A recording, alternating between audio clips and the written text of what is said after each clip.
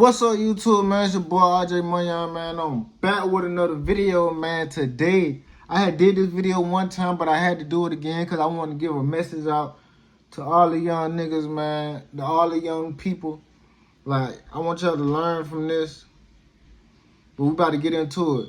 South Carolina rapper snitches in Miami murder. Baggwayy top. Let's get straight into the video. Themes of violence, gang activity. Let's see what the comments talking about. This video was made for educational purposes and in no way glorifies gang activity or any of the people involved. We made all efforts to make sure our source is accurate so we can give the most accurate video possible.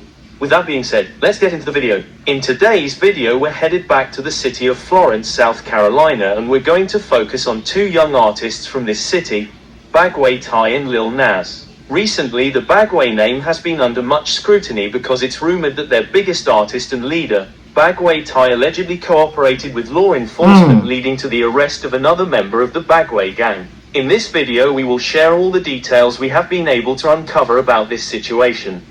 20-year-old Tyshawn Souls is an artist from Florence, who goes by the stage name Baggwayy Ty. When drop off the porch at a real young age, that shit go crazy.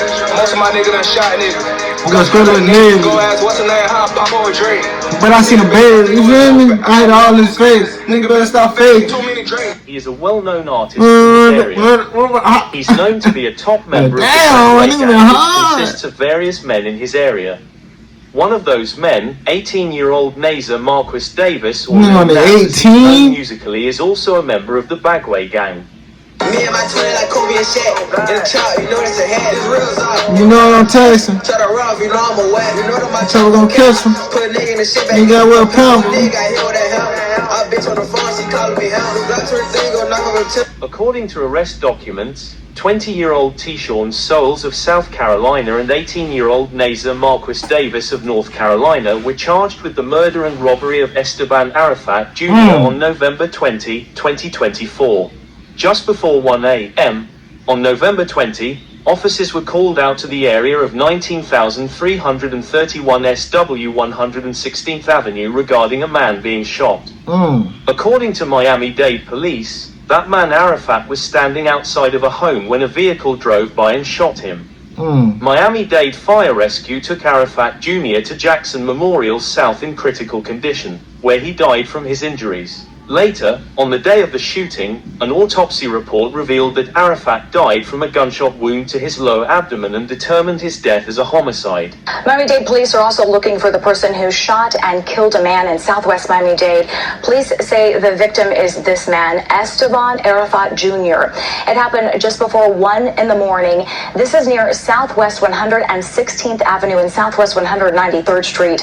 Police say the victim was standing in that area when a car drove up with people inside. Someone started shooting. The driver drove off, and we have since learned the victim died at the hospital. If you know anything, call police. While searching the scene, investigators found a gun that belonged to Arafat that was fully loaded and showed no signs of being fired, the arrest documents said.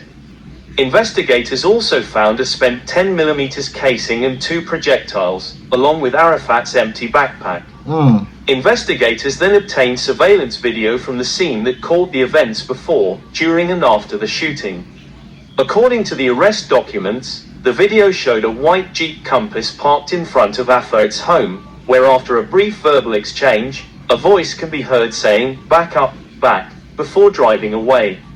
Afert then appeared to be surprised by the exchange, and when the SUV passed by him, gunshots rang out and he screamed, "Call an ambulance."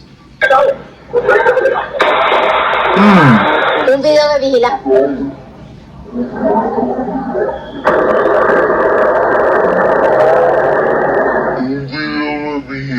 Nearly an hour before the shooting, license plate readers in the immediate area revealed the SUV to have North Carolina plates and driving about a half-mile away from the scene. According to the arrest documents, the SUV was also revealed to be an Enterprise retail car from South Carolina. Investigators were then searching Afert's cell phone, which showed text messages between him and Souls.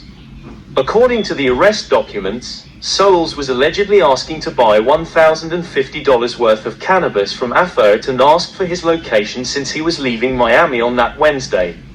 On November 20 around 12:20 a.m., Souls texted Afert that he had arrived at his home. Minutes later, Aferet sent a Cash App payment request to Souls. However, the payment was never made, the arrest documents said. A be on the lookout and felony vehicle alert were issued for the SUV, where the vehicle was detained along with Souls, Davis and several others in Volusia County by Edgewater Police.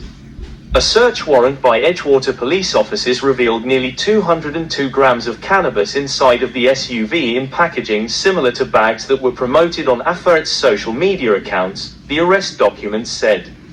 In a post-Miranda interview, Souls confirmed the packaging similar to bags that were promoted on Tarshawn D. Silver booked in Volusia County for possession of cannabis in excess of 20 grams on November. Damn, this full Thanksgiving. Aferet's social media accounts, the arrest documents said. In a post-Miranda interview, Souls confirmed to police that he bought cannabis from Aferet when he arrived in Miami during the weekend before the shooting. According to the arrest documents, Souls went to Aferet's home to buy more cannabis from him and he was the driver of the SUV, traveling with Davis and another man, who was staying with him at their short-term rental in Miami. According to the arrest documents, Souls said Aferet exited his home and approached the driver's side rear window and spoke with Davis, to whom he handed the cannabis. While talking with investigators, Souls said that Davis and Aferet got into an argument, and he noticed that Aferet had a gun on him.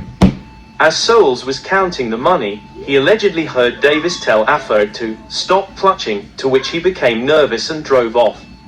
Shortly after, he heard gunshots as he drove away from the scene, the arrest documents said. Souls implied that the shooting was in self-defense, authorities said, but that claim was contradicted by the video evidence. At the end of the interview, Souls told investigators where he and the other men, along with 20-year-old Tylik Brown, who was not listed in custody, were staying during their vacation, saying it was a rental property rented through a short-term vacation home company called Evolve. On November 27th, investigators went to the rental property to retrieve surveillance video, which depicted Souls, Davis and the third man arriving at the property around 1:30 a.m. a half hour after the shooting. After returning from Aferet's home, Davis is seen exiting the left rear passenger seat and carrying a handgun with packages that matched the cannabis found during the warrant search. Souls is also seen carrying the cannabis packages, the arrest documents said. Investigators also reviewed Souls' cell phone, which allegedly showed photos of Davis sitting across from him and taking pictures of the cannabis, and that he allegedly performed a Google search of Miami shooting after the robbery.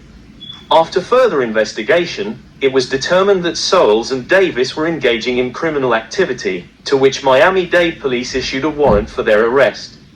They were both arrested in South Carolina on December 5, 2024. They've since been transferred to Miami's Florida, where they'll sit with no bonds until their trial dates. Nigga can't run from me. All my glee bitches, the SRT. All shot hit his knees. I ain't Jesus.